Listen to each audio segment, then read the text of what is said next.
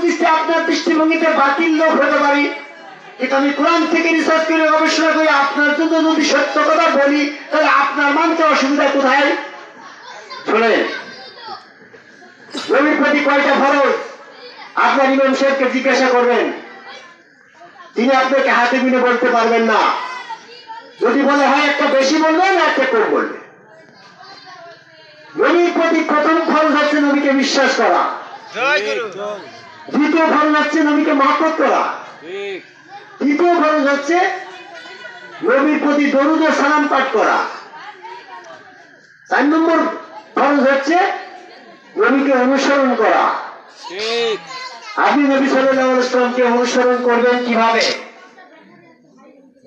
আপনি বলবেন নবী সাল্লাল্লাহু আলাইহি ওয়াসাল্লামের অনুসারী আপনি, আরে নবী মুহাম্মদ সাল্লাল্লাহু আলাইহি ওয়াসাল্লামের অনুসারী যদি আপনি হতে না পারেন তাহলে তো আপনি নবীর প্রতি একটা ফরজহীন অবস্থায় মৃত্যুবরণ করবেন। যদি নবীর প্রতি আপনার একটা ফরজহীন থাকে তাহলে সেদিন নবীর শাফায়াত পাবেন না, আর নবীর শাফায়াত না পেলে আপনার পাপ ক্ষমা করা হবে না, আর পাপ ক্ষমা করা না হলে আপনার পাপের কারণেই দোজখে যেতে হবে। সূরা নূরের 14 নম্বর আয়াত। আপনি নবীর প্রতি নবীকে অনুসরণ করার যে কাজটা, এটা তো ফরজ কাজ। আপনি বলেন তো নবীর অনুসরণ করা ফরজ কাজটা আপনার ভিতরে কি কি আছে?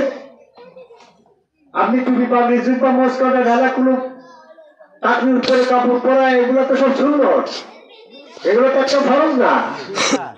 নবীর অনুসারী কি করে হইলে? বলুন আমি 5 ওয়াক্ত সালাত আদায় করি, 5 ওয়াক্ত সালাত আদায় করে তো আল্লাহর হুকুম, ওটা ফরজ। নবীর হুকুম, নবীকে অনুসরণ করা ফরজ তো এটা না। আপনি রোজা, নামাজ, হজ, যাকাত যা কিছু করছেন এগুলো আল্লাহ পাকের এক একটা হুকুম, এক একটা দায়বদ্ধতা আপনার পুরো ছিল, সেটা আপনি পালন করছেন, কিন্তু নবীকে অনুসরণ করার যে ব্যাপারটা এইটা তো আপনার হয় নাই। আপনি যা কিছু করছেন ওগুলো তো নবীর সুন্নাত। নবীর অনুসরণ করা যদি ফরজ হয়, নবীর সুন্নাত দিয়ে নবীর ফরজ কাজ সমাধান হতে পারে না। আপনাকে এই পর্যন্ত কেউ নবীর অনুসরণের সাবজেক্টটা বলে নাই। শুনে যান, নবী অনুসরণ করতে ওহী, সূরা নামের 50 নম্বর আয়াত, এবং তিনি ওহী ব্যতীত কাউকে কোনো বিষয়ে সতর্ক করে নাই, সূরা আম্বিয়ার 45 নম্বর আয়াত।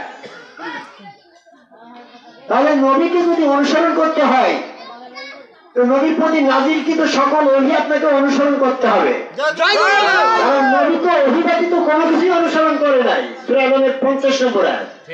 আপনি যদি নবীর অনুসারী হতে চান তাহলে ওহী ব্যতীত কোনো কিছু যদি আপনি অনুসরণ করেন তাহলে আপনার নবীর অনুসারী না।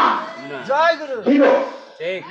আপনার যে সমস্ত ডিপার্টমেন্টে আপনি চাকরি করেন, পুলিশ ডিপার্টমেন্ট হোক আর আর্মি ডিপার্টমেন্ট হোক, আপনার যে অফিসার সে যদি বলেন তুমি এই কাজটা বাইরে অন্য কোনো কাজ করতে পারবা না, তাহলে সেই কাজের বাইরে যদি তুমি আরো কিছু 10টা কাজ করে ফেলো তাহলে ওই অফিসার তোমাকে 5 মার্ক দেবে না। তোমার বললাম যে এর বাইরে তুমি কিছু করবে না, তুমি এতগুলো করো কেন? আল্লাহ রাব্বুল আলামিন সূরা আনামের 50 নম্বর আয়াতে স্পেসিফিক ভাবে বলে দিল, হে নবী, ওহী ব্যতীত তুমি কোনো কিছু অনুসরণ করো না। আমরা নবীর অনুসারী হতে যাই ওহীর বাইরেও আজমাকিয়াস ফতোয়া হাদিস নানান কিছু অনুসরণ করছি, 5 ওয়াক্ত জুমা জামাত, এগুলো তো হতে না। আমি নবীর অনুসারী তো হতে পারছি না। নবীর অনুসরণ হতে হলে একমাত্র ওহী অনুসরণ করা লাগবে। আমি তো ওই অনুসরণ করি বলবা, হয়তো এই ওহীতে বলা হয়েছে সুদ খাওয়া হারাম, আপনি সুদ খাচ্ছেন, সুদও খাবেন আবার নবীর অনুসারী হবেন, তা তো হবে না। এই ওহীতে বলা হয়েছে আপনি সালাত কায়েম করেন, আপনি সালাত কায়েম করবেন না, আপনি কি করে নবীর অনুসারী হবেন? আপনি ঘুষ খাবেন না, ঘুষ খাওয়া হারাম, আপনি ঘুষ খাবেন আবার নবীর অনুসারী, টুপি পাগড়ি জুব্বা মস্কেটি নবীর অনুসারী দাবি করবেন, তাই নবীর নামে এত মিথ্যা আরোপ করলেন। তাহলে নবীর অনুসারী হওয়ার ব্যাপারটা হচ্ছে কোরআনের সমস্ত আয়াত পালন করতে হবে। আপনি জিনা করেন, জিনা নিকটবর্তী নিষেধ, আল্লাহ বলছে তুমি জিনার নিকটবর্তী হয়ে না। আপনার পীর সাহেব হয়েছেন আরো কিছু হয়েছেন না, জিনাকে বৈধ করে নিয়েছেন। আল্লাহ এখানে হারাম করলো। আপনি কোন দলের অনুসারী? ওই সুদ খাওয়া, জিনা, ঘুষ খাওয়া হারাম করে জায়েজ করে নিয়ে আপনি নবীর অনুসারী দাবি করেন, টুপি পাগড়ি জুব্বা মস্কাইতে?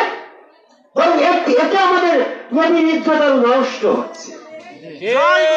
একটা নাকি কি পারেন যে টুপি পাগড়ি জুব্বা মস্কাটা ৫ ওয়াক্ত জুমা জামাত দাঁড়িয়ে এটা মিথ্যা কথা বলে না?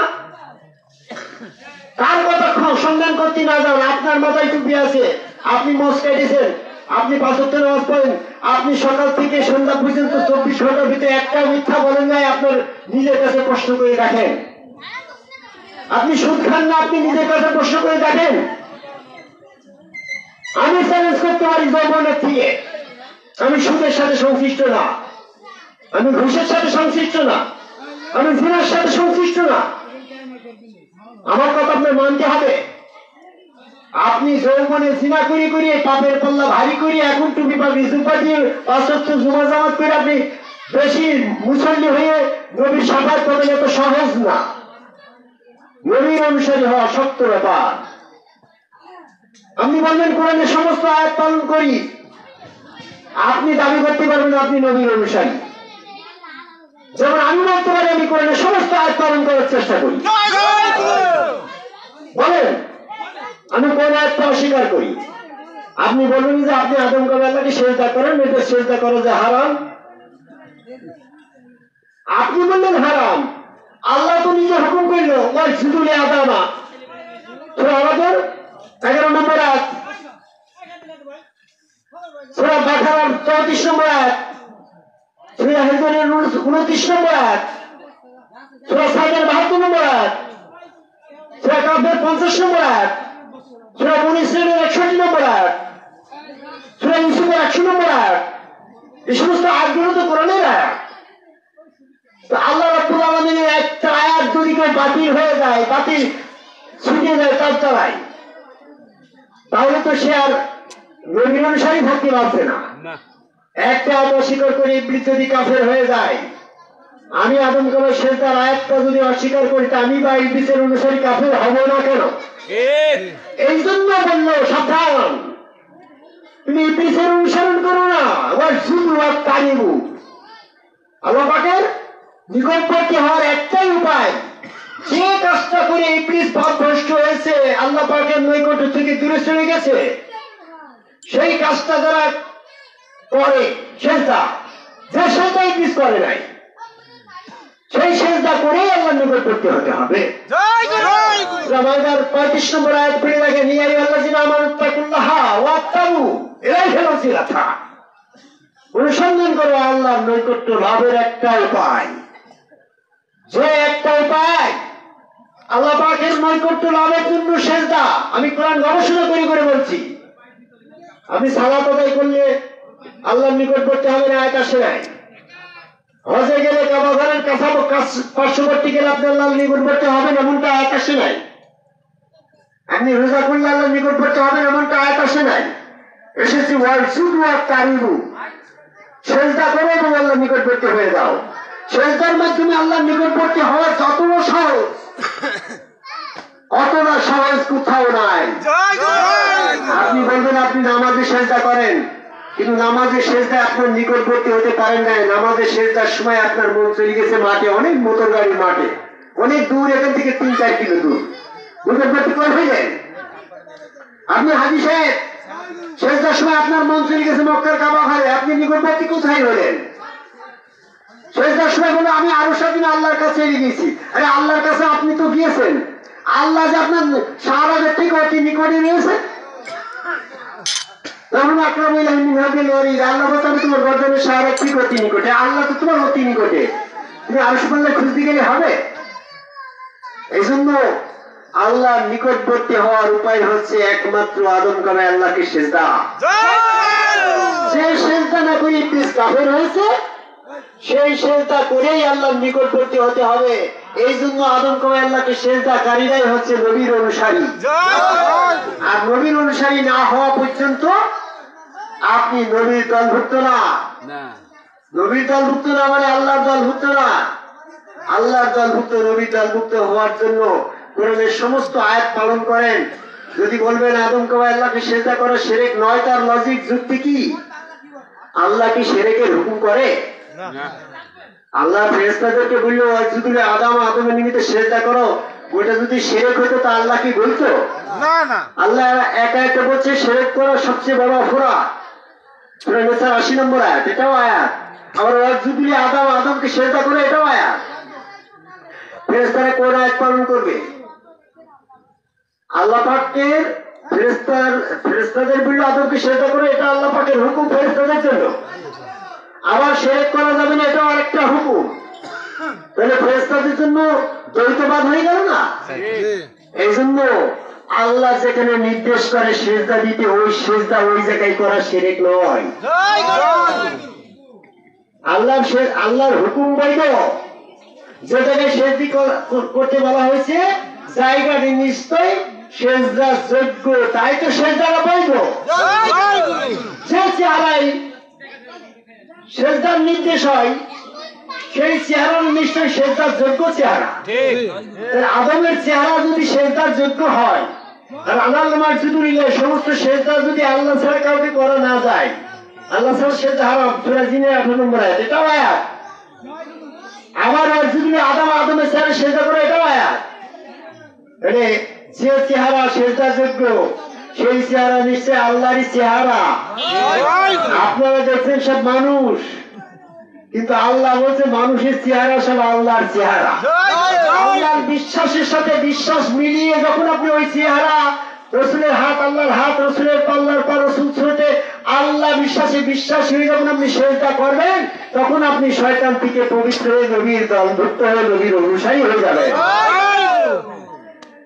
নবীর অনুসরণের সহজ উপায় বলে যায়, আপনি যখন নবীর শত্রু ও ইবলিসের অনুসরণ না করবেন, তখন কিন্তু আপনি নবীর অনুসারী হয়ে গিয়েছেন। দল কিন্তু দুটো, আল্লাহর দল, নবীর দল, আর ইবলিসের দল। আপনি যখন ইবলিসের অনুসরণ না করবেন, তখনই আপনি নবীর অনুসারী হয়ে গিয়েছেন। ইবলিসের অনুসরণ না করার জন্য ইবলিস বিরোধী কাজ করবেন। ইবলিস বিরোধী কাজ কি? আপনি সালাত আদায় করেন, ইবলিসও সালাত আদায় করে, সূরা মাউনের 6 নম্বর আয়াত। আপনি আল্লাহকে প্রভু বলেন, ইবলিসও আল্লাহকে প্রভু বলে, সূরা হিজরের 36 নম্বর আয়াত। আপনি আল্লাহকে সেজদা করেন, ইবলিসও আল্লাহকে সেজদা করে, সূরা রাদের 15 নম্বর আয়াত। আপনি আল্লাহর কাছে আত্মসমর্পণ করেন, ইবলিসও আল্লাহর কাছে আত্মসমর্পণ করে, সূরা ইমরানের 83 নম্বর আয়াত। আপনি আল্লাহর পবিত্রতা মহিমা বর্ণনা করেন, সুবহানাল্লাহ বলেন, ইবলিসও আল্লাহ পাকের পবিত্রতা মহিমা বর্ণনা করে, সূরা হাদীদের 1 নম্বর আয়াত। আপনি আল্লাহর ইবাদত বন্দেগী করেন, ইবলিসও আল্লাহর ইবাদত বন্দেগী আপনার থেকে অনেক বেশি বছর ধরে করেছে ব্যস্তের ভিতরে, যেটাও ইবলিস বিরোধী কাজ না। আপনি আল্লাহ রসুল বিশ্বাস করেন, আল্লাহ রসুলের আনুগত্য স্বীকার করেন, ইবলিসও আল্লাহ রসুল বিশ্বাস করে, আল্লাহ রসুলের আনুগত্য স্বীকার করে, বিশেষ জায়গায় আদম সেজদা করে কাফে, সূরা নূরের 37 নম্বর আয়াত। আপনি দোজখগ্রস্ত ফেরেশতা বিশ্বাস করেন, ইবলিসও দোজখগ্রস্ত ফেরেশতার কেমন বিশ্বাস করে, কারণ তো ওগুলো সব ঠিক আছে। সূরা সাদের 69 নম্বর আয়াত। কাজে ইবলিস বিরোধী যদি আপনি হতে চান, তাহলে নবীর অনুসারী হতে পারবেন। আর আপনি যা কিছু করছেন একটা ইবলিস বিরোধী কাজ না। আপনি শিরক করেন না, ইবলিসও শিরক করে না। ইবলিস কি দেবদেবী উপাসনা করে? না। ইবলিস কি কোনো শিরক করে? না। তাহলে আপনি শিরক করেন না, ইবলিসও শিরক করে না, এখানে আপনার মিলে গেল গো। তাহলে ইবলিসের অনুসারী নাই কেন? এটা আমি হাসিবুল চিশতি, আপনি যা যা করেন সব করি, কিন্তু আমি একটা যেটা করি সেটা ইবলিস করে না। সেটা হচ্ছে আমি হযরত খাজা নিজামুদ্দিন আহমেদ চিশতিকে কেবলা করে ওই সুরত আমি আল্লাহকে সিজদা করছি, সেটা ইবলিস। আপনিও যতদিন পর্যন্ত আদম কবে আল্লাহকে সিজদা না করবেন, ততদিন পর্যন্ত আপনি ইবলিসের দলেই আছেন। ইবলিসের দলে থেকে নবীর অনুসারী দাবি করলে হবে না রে। আপনারা এই পর্যন্ত জানেন কিনা জানি না, আমি আপনাদেরকে কোরআনের একটা আয়াতের সন্ধান দিয়ে আপনাকে সতর্ক করে যাই। আপনি আটরশি বাবাজানের কাছে গেছেন, আপনি মুমিন হয়ে গেছেন, না হবে না রে। আপনি চরমুনায় পীর সাহেবের কাছে বড় লাখ লাখ কোটি কোটি মুরিদ, সেখানে মুরিদ হয়েছেন, আপনি মুমিন হয়ে গেছেন, হবে না রে।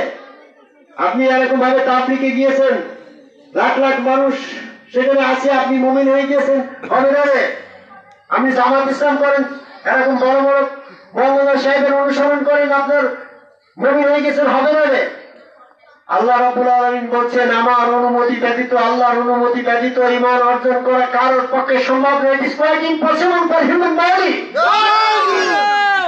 আল্লাহর আয়াত সূরা নিসের 100 নম্বর আয়াত। আপনি আল্লাহর পাকের অনুমতি, ঈমানের অনুমতি পেতে হলে আল্লাহর দলভুক্ত হতে হবে। আর আল্লাহর দলভুক্ত হওয়ার শর্ত হচ্ছে ইবলিসের দলভুক্ত না থাকা। আপনি বলবেন আমি জন্মসূত্রে মুসলমান, ইবলিসের দলভুক্ত ছিলাম না। সূরা যুকরুমের 34 নম্বর আয়াত পড়ে দেখেন, মানুষ যখন আল্লাহর স্মরণে গাফেল থাকে তখন তার সাথে শয়তান যুক্ত হয়ে যায়।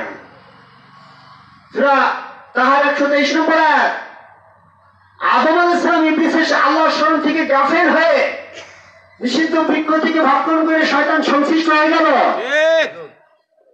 ওই কারণে শয়তান, সেটা শয়তানের দলভুক্ত হয়ে গেল।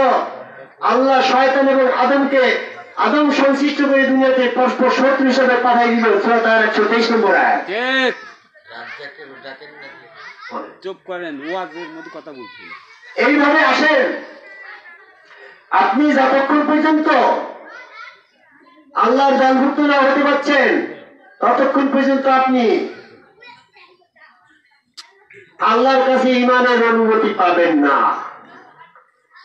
তাহলে শয়তানের দল থেকে বেরিয়ে আসতে হলে আপনার শয়তান বিরোধী কাজ করতে হবে। শয়তান বিরোধী কাজ করতে হলে আপনার শয়তান বিরোধী কাজ একমাত্র আদম কবে আল্লাহকে সেজদা। আদম কবে আল্লাহকে যখন সেজদা করবেন, আপনি শয়তান বিরোধী কাজ করলেন, আপনার শয়তানের দলে নেই।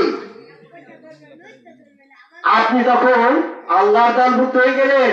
আল্লাহর দলভুক্ত যখন হলেন, নবীর অনুসারী হলেন, আপনি তখন ঈমানের অনুমতি পেলেন, আমি মুমিন হলেন। আপনার আটরশি যেতে নিষেধ নাই, তাবলীগে যেতে নিষেধ নাই, চরমনায় যেতে নিষেধ নাই, জামাত ইসলাম করতে নিষেধ নাই। আপনি আদম কবে সেজদা করে এগুলো করে বেড়ান, আপনি শয়তানের দলে না। আপনার তুমি বা বিরোধিতা মত কাটিয়ে আদম সেজদার বিরোধিতা করে শয়তানের দলেই তো থেকে গেলেন। আপনি নবীর অনুসারী হলেন কই, আল্লাহর কাছ থেকে আল্লাহর দলভুক্ত হলেন কই? আল্লাহর দলভুক্ত হতে পারেন নাই, আপনি আল্লাহর অনুমতি পান না। ঈমানের অনুমতি না নিলে আপনি মুমিন হতে পারবেন না। আর মুমিন হতে হলে আপনার আল্লাহ পাকের অনুমতি দরকার। আল্লাহ পাকের কাছ থেকে অনুমতি পেতে হলে আল্লাহর দলভুক্ত হওয়া দরকার। আল্লাহর দলভুক্ত হতে হলে শয়তানের দল থেকে বেরিয়ে আসা দরকার। আর শয়তানের দল থেকে বেরিয়ে আসতে হলে, নাম কাটতে হলে শয়তান বিরোধী কাজ করা দরকার। আর শয়তান বিরোধী কাজ করতে হলে আদম কবে আল্লাহকে সেজদা করা দরকার। আদম কবে সেজদা করা দরকার হলে আদম কবে সেজদাকারী একজন সম্মুখগুরু রাসূলের কাছে বায়াত হওয়া দরকার। তাই আদম কবে সেজদাকারী সম্মুখগুরু রাসূলের কাছে বায়াত গ্রহণ করে নবীর অনুসারী আল্লাহর দলভুক্ত হয়ে নবীর প্রতি 4টি ফরজ আদায়ের আহ্বান করে আমার কথা শেষ করে যাই।